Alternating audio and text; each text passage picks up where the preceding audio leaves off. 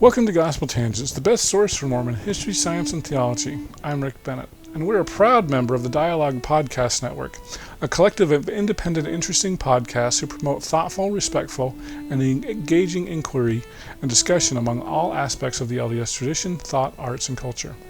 Find out more at dialoguejournal.com/podcast network, which is all one word. That's dialoguejournal.com/podcast network. In our next conversation with Dr. Margaret Toscano, she'll describe an answer to her own prayer as she was researching some of the earliest records on the organization of the Relief Society. She thinks that Joseph Smith was trying to organize the Relief Society to be a quorum. Yes, a priesthood quorum. So how does that work exactly? She'll also talk about how the community of Christ ordains women and whether that aligns with what she thought Joseph Smith had in mind for women in priesthood. This is a conversation you won't want to miss. Check it out. Hey, I also want to mention just one thing. If you'd like to buy one of these cool t-shirts, go to gospeltangents.com/shop and you can get one of a multitude of colors. So send me a picture of yourself wearing a t-shirt and I'll send you a transcript of your choice. So send that to gospeltangents@gmail.com. Now back to our conversation. Great. So the two questions I have, number one, so you would recommend ordaining women to elder, teacher, deacon, priests, etc., etc. And number two, so that's basically what the Community of Christ does. No, and I applaud them for doing that. I do think, and there are two things here. Maybe I'll say them. Which shall I say first?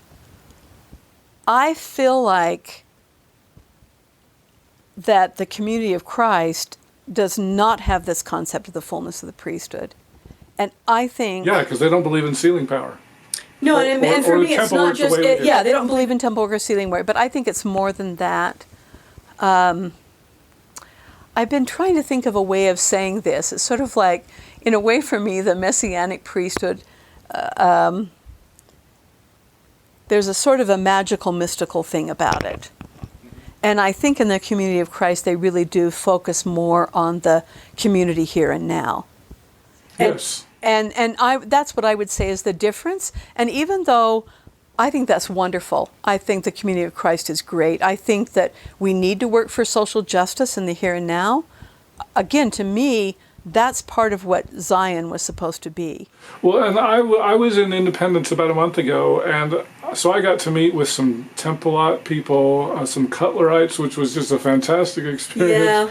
And even I've met with the Remnant Church of Jesus Christ of Latter-day Saints. They're a breakoff from the RLDS Church.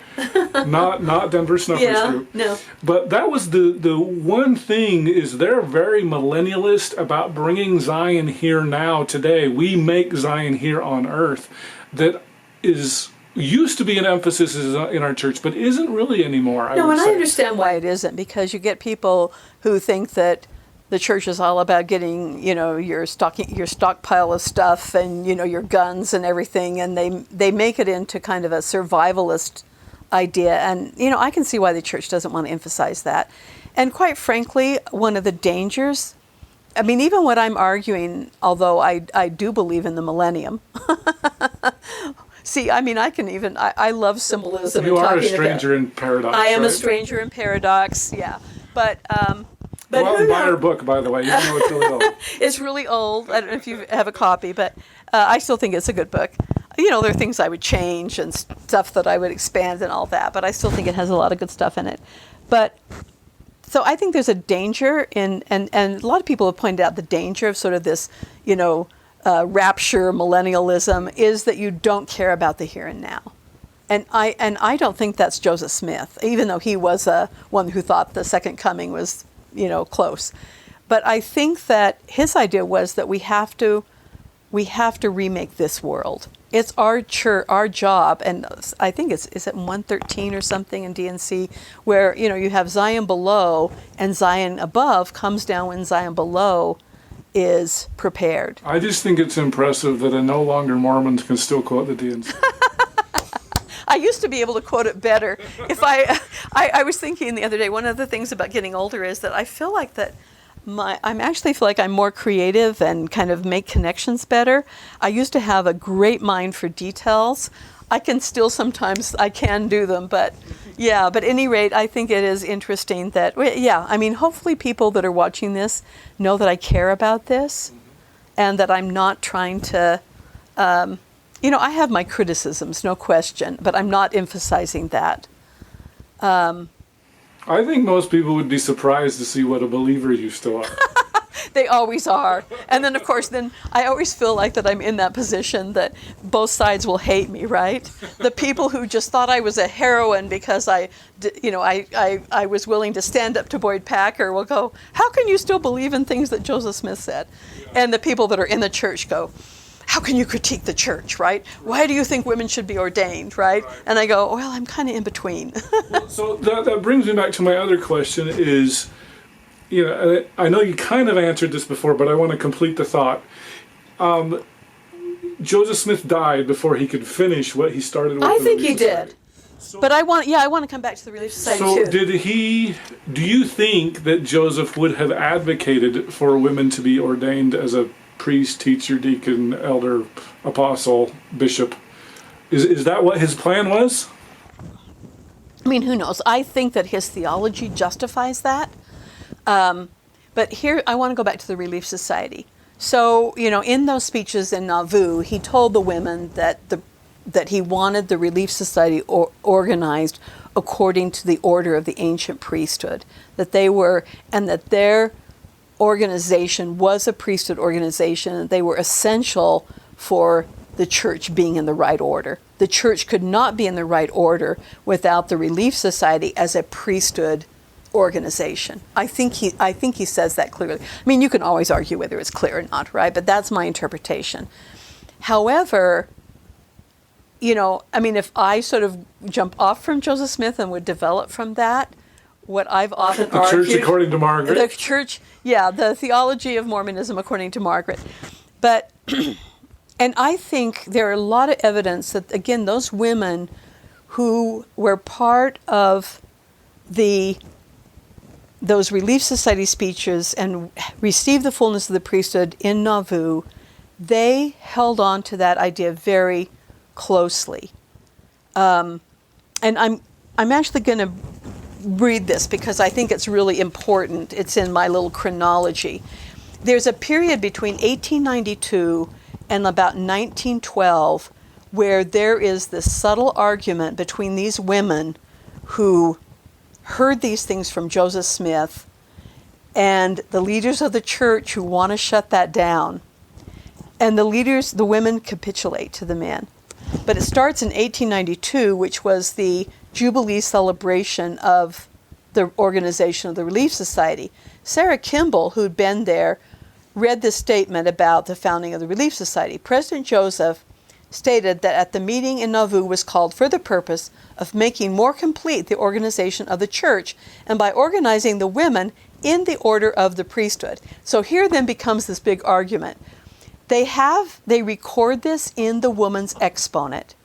And I won't go through all the details that's in the book, but basically the church male leaders forced them to do a correction in the Woman's Exponent and say, oh, we didn't really mean to say in the order of the priesthood, it was or that we were called in the order. And again, Bathsheba Smith, we have not taken these responsibilities upon ourselves, but have been called in the order of the holy priesthood. And then they do a series of corrections in the exponent. Oh, we didn't really mean that. We're organized by the priesthood. And there's a 20-year period where there's this shuffling back and forth where these women, Bathsheba Smith makes these amazing statements where she says, Joseph gave us everything, every order of the priesthood. The women got every order of the priesthood through Joseph. She also says, she gives her version, I love it, whereas the original says, the women were to be priests after, like in the time of Enoch and Paul. And she says, he wanted to make us, as the women were in Paul's day, a kingdom of priestesses. She says all this stuff. She was there. And then it all gets diluted, and the women are kind of forced to renege on it. But they had a very strong feeling that the Relief Society was the women's priesthood organization, and that their mission was just crucial for the church to be in the right order. that you had to have an organization for women that was not just, an auxiliary, but it was centrally a priesthood organization. And they saw themselves as high priestesses in this order. I mean, I think the evidence is clear. Interestingly, if you said, well, what do I think should be now?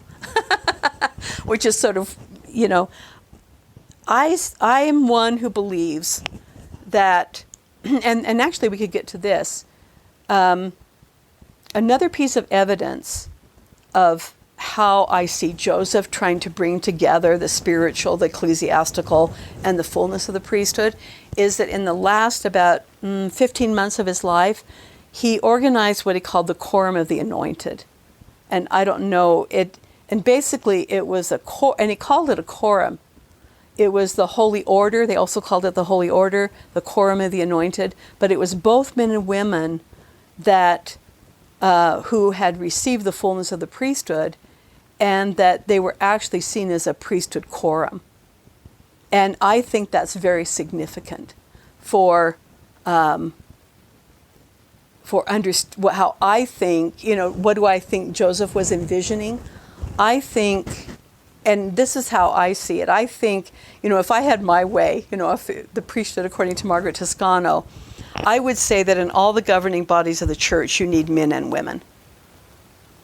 The first presidency, the quorum of the 12, the 70, the stake president, the bishopric. And because again, the community of Christ, it's like, it's sort of not like, well, we're going to call it, doesn't matter whether you're a man or woman, we're going to call you. But I think that the idea was that you need both men and women to be in all of these things, because you can't have a fullness if men and women are not present. But I also believe that there's something very powerful about a women's organization and a male organization. So if I had my way, I would have the Relief Society as a real priesthood organization, and maybe, I don't know how I would define the male thing, because Elders Quorum? the Elders Quorum maybe, or whatever. They've consolidated. Right, I know they've now. consolidated that. But I would also say that in the governing bodies, they need to be men and women. And that goes along with Joseph's idea of the Quorum of the Anointed, Now, when you which say was men a and women, central body. Are you thinking husband and wife, or just men and women? Men and women. Okay. I mean, that's, again, we could get Because into the all kinds Quorum of... of the Anointed, they were married, right? Yeah, they were mostly, but there were a few that were not. Okay. So that's important. To me, it's important to think of that's a whole nother question about, and if maybe another time we could talk about the Heavenly Mother issues, but because I don't know if we have time today. But the whole question of, this is a big question for kind of Mormon intellectuals now. Well, wouldn't it be better if God were beyond gender? I hope you enjoyed our conversation with Dr. Margaret Toscano. In our next conversation, we'll talk about whether God has a body. I think that there's something very powerful, and this goes back to a Joseph Smith concept, of embodying something. We live in a physical world. Is it possible to have love without embodiment? If you'd like to hear the entire interview uncut, please support Gospel Tangents and become a subscriber. For just $5 a month, go to patreon.com/gospeltangents, and you can hear the entire interview. And you can also get transcripts available at either our Amazon website, or if you want to give the money to me and not Amazon, please subscribe on my website at gospeltangents.com, and you can click the yellow subscribe button. Of course, we're also on Facebook, Twitter, and all the other places. Make sure you subscribe on iTunes at tinyurl.com/gospeltangents. And don't forget to click here to subscribe on YouTube, here for a transcript, and over here we've got some more of our great videos. Thanks again for listening.